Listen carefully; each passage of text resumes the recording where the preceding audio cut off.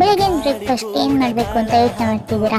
ಈಸಿಯಾಗಿ ವೆಜ್ ಬಿರಿಯಾನಿ ಮಾಡೋದು ಹೇಗೆ? ಸೋಯಾ ಚಂಕ್ಸ್ ನ ಹಾಟ್ ವಾಟರ್ ಅಲ್ಲಿ ನೆನೆ ಹಾಕ್ತಾ ಇದ್ದೀನಿ. ಕುಕ್ಕರ್ಗೆ ಆಯಿಲ್, 2 ಸ್ಪೂನ್ ತುಪ್ಪ, ಜೀರಿಗೆ, ಪಲಾವ್ ಎಲೆ, ಫುಲ್ ಸ್ಪೈಸಸ್. ಇಲ್ಲಿ ಜಿಂಜರ್, ಗಾರ್ಲಿಕ್ ಅಂಡ್ ಚಿಲ್ಲಿನ ಪೇಸ್ಟ್ ಮಾಡ್ಕೊಳಕ್ ತಗೋತಾ ಇದ್ದೀನಿ. ಆನಿಯನ್ ಹಾಕೊತಾ ಇದ್ದೀನಿ. ನೀಟಾಗಿ ಬಾಡಿಸ್ಕೋಬೇಕು. ನಿಮ್ಗೆ ಯಾವ ತರಕಾರಿ ಇಷ್ಟ ಆಗುತ್ತೆ ಅದನ್ನ ಹಾಕೋಬಹುದು.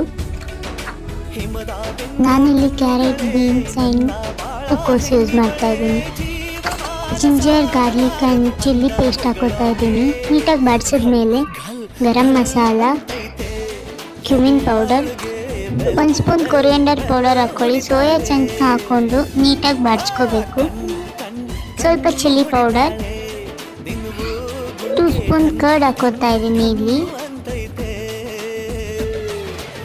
Salt for taste.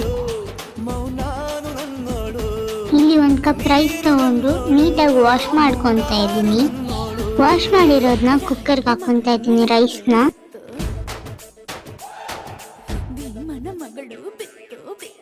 1 cup ರೈಸ್ಗೆ 2 cup of water ಹಾಕೊತಾ ಇದ್ದೀನಿ. ನೀಟಾಗಿ ಮಿಕ್ಸ್ ಆದಮೇಲೆ ಕೊರಿಯಂಡರ್ ಹಾಕ್ಕೊಂಡು ಲಿಡ್ನ ಮುಚ್ಚಬೇಕಾಗುತ್ತೆ. 2 ವಿಷಲ್ಸ್ ಆದಮೇಲೆ ಡಿಲಿಷಿಯಸ್ ಆಗಿರೋ ವೆಜ್ ಬಿರಿಯಾನಿ ರೆಡಿ ಆಗುತ್ತೆ.